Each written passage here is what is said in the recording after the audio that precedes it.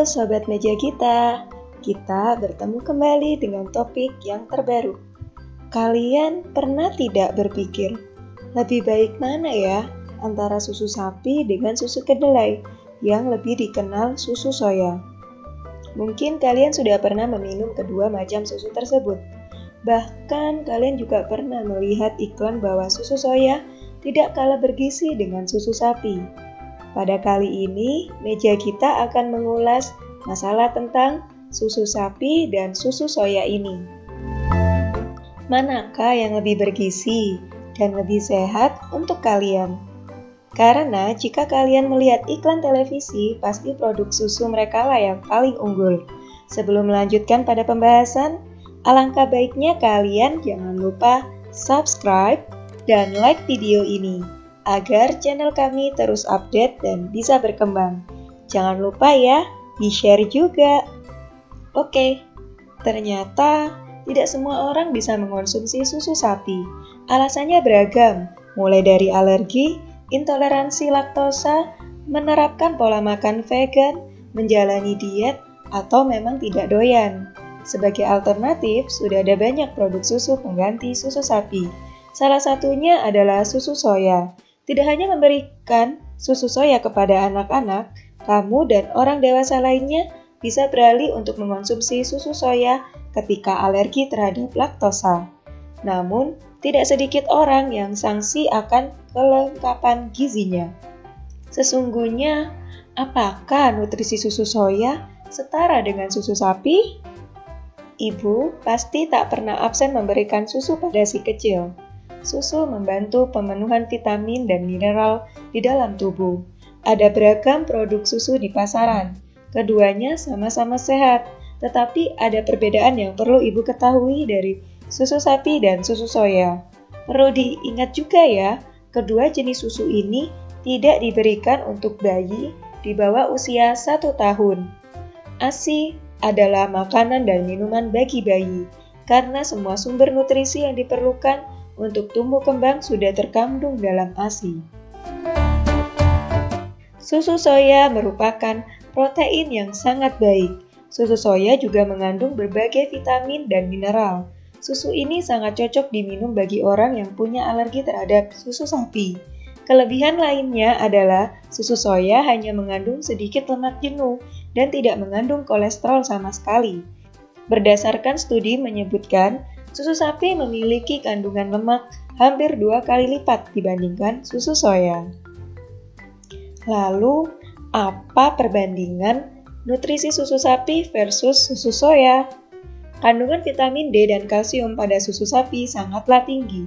Seperti yang Anda ketahui, kalsium dan vitamin D bermanfaat untuk menjaga kekuatan tulang dan mencegah osteoporosis.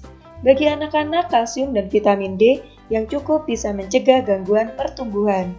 Susu soya alami tidak mengandung kalsium dan vitamin D. Namun, berkat kemajuan zaman dan teknologi, sudah tersedia susu soya yang diperkaya atau difortifikasikan dengan kalsium, vitamin D, maupun zat gizi lainnya yang menyerupai susu sapi. Maka dari itu, segi kandungan kalsium, vitamin D, serta mikronutrien lainnya, Anda tidak perlu lagi khawatir dengan perbedaan kandungan gizi di antara keduanya. Sebab, mikronutrien susu soya juga bisa diperkaya berkat kecanggihan teknologi pangan saat ini. Namun, beberapa orang atau sumber mengatakan bahwa susu alami dari susu sapi lebih sehat tanpa fortifikasi pada susu.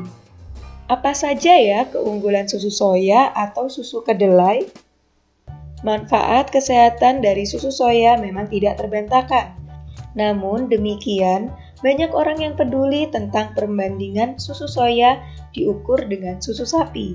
Susu soya yang tinggi protein karena terbuat dari kacang dan mengandung serat yang jauh lebih tinggi dari susu sapi. Manfaat terbesar dari susu soya adalah isoflavon. Ini adalah bahan kimia mirip dengan hormon estrogen. Isoflavon terhubung ke masalah kesehatan dan bertanggung jawab untuk mencegah banyak kanker, penyakit jantung, osteoporosis, dan banyak penyakit lainnya. Yang lebih penting lagi, susu soya lebih rendah lemak. Susu kedelai memiliki 2% lemak lebih sedikit dari susu sapi, tapi tidak mengandung kolesterol jahat. Ini sangat cocok bagi orang yang ingin diet dan tetap memenuhi kebutuhan nutrisinya. Karena susu soya terbuat dari kacang, susu ini berisi sekitar 9 kali lebih sedikit lemak jenuh dibandingkan susu sapi. Selain itu, susu kedelai memiliki 10 kali lipat lebih banyak asam lemak ketimbang susu sapi. Asam lemak merupakan lemak sehat. Susu soya juga bebas kolesterol. Selain itu, susu kedelai dapat mengurangi kolesterol jahat LDL, sedangkan susu sapi meningkatkan kadar kolesterol LDL. Susu kedelai juga menyediakan perlindungan tambahan untuk hati dengan kandungan phytochemical yang berlimpah dalam susu kedelai. Susu kedelai mengandung 4 kali lebih banyak jumlah thiamin atau vitamin B1 dan hampir 2 kali jumlah niacin atau vitamin B3 dibandingkan dengan susu sapi. Susu kedelai juga berisi lebih banyak magnesium, tembaga, dan mangan. Susu kedelai juga mengandung 42 kali jumlah mangan seperti halnya susu sapi. Mangan diperlukan untuk pembentukan tulang. Orang dengan anemia memerlukan mangan untuk penyimpanan besi. Senyawa dalam susu kedelai tersebut mampu melindungi sel tubuh dari kerusakan akibat radikal bebas, memelihara kesehatan tulang dan otak, hingga membantu mengurangi resiko kanker. Penelitian telah menunjukkan bahwa pria yang minum 2 gelas susu kedelai setiap hari 70% lebih rendah terserang penyakit kanker prostat. Tidak ada temuan yang sama tentang orang yang minum susu sapi.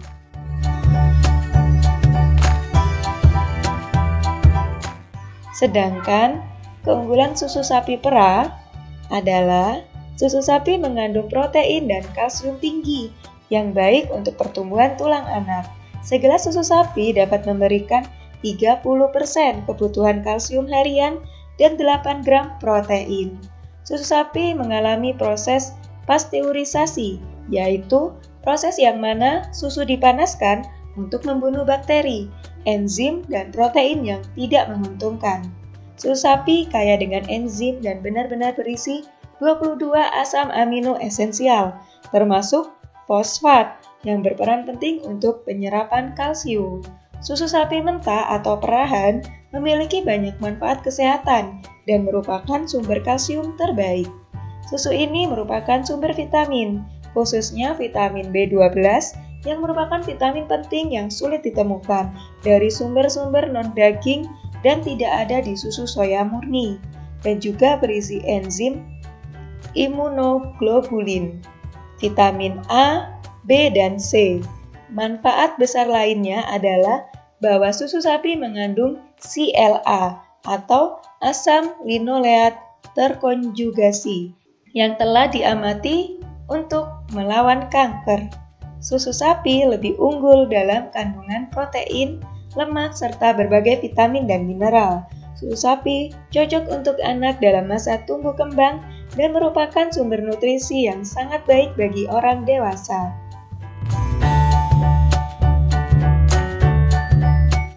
Hal-hal yang perlu diperhatikan. Jika Anda penggemar susu soya, perhatikan kandungan gulanya. Susu soya fortifikasi yang diproduksi seringkali ditambahkan gula yang cukup tinggi, sehingga jumlah total energi di dalamnya cukup melonjak dibandingkan dengan susu sapi. Pilihlah varian yang tidak ditambahkan gula. Perhatikan juga kandungan kolesterol dan lemak jenuh pada kedua jenis susu. Susu sapi mengandung lebih banyak lemak jenuh dan kolesterol dibandingkan susu soya. Maka bagi orang-orang yang sedang menjaga pola makannya agar bisa terlepas dari jerat lemak jahat, susu soya adalah pilihan yang lebih baik. Atau jika Anda adalah anggota tim susu sapi garis keras, pilihlah yang rendah lemak atau low fat. Namun, kandungan lemak susu soya lebih rendah daripada susu sapi. Sedangkan bayi dan balita sendiri membutuhkan lemak sebagai sumber energi pada masa awal pertumbuhannya. Ketika meminum susu soya, pastikan pilih whole soy milk, bukan low atau non-fat, supaya si kecil tidak kekurangan energi. Perlu diingat, bayi harus minimal berusia 1 tahun ke atas untuk mengonsumsi kedua susu ini. Jadi, apakah nutrisi dalam susu soya setara dengan susu sapi? Jawabannya bergantung pada jenis nutrisi yang dimaksud. Secara kandungan mikronutrein, vitamin, dan mineral, kandungan pada susu soya difortifikasi setara dengan susu sapi pada umumnya. Namun, dari segi makronutrien atau karbohidrat, protein, dan lemak ada perbedaan, termasuk jenis lemak jenuh dan kolesterol. Mana yang lebih baik? Sesuaikan dengan kondisi tubuh, kebutuhan, dan tentu saja selera Anda. Sekian dulu review kali ini. Terima kasih telah menonton review kami sampai selesai. Semoga kalian tetap menjaga kesehatan dan kebersihan lingkungan ya. Sampai jumpa pada pembahasan selanjutnya.